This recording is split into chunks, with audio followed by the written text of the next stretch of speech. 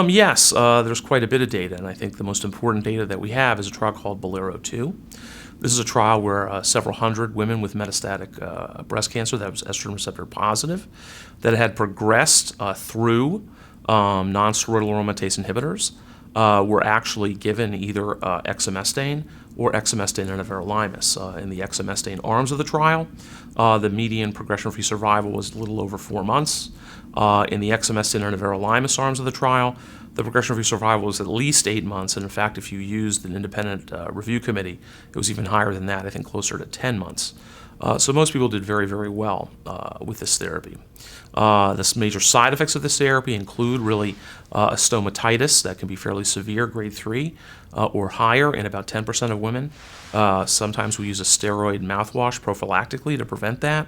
Or if someone does develop the stomatitis, we hold the therapy and then actually start it again at a reduced dose. The other side effects that were seen in this trial were a very small amount of women, and very few women who develop hyperglycemia, so you have to use caution in women with pre-existing diabetes or glucose intolerance.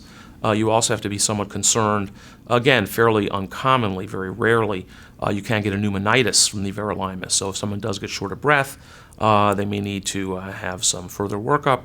And it's important to know in that workup that if something looks kind of unusual on the CT scan, it may not necessarily be progression, but actually the pneumonitis, which can go away with discontinuation of the everolimus.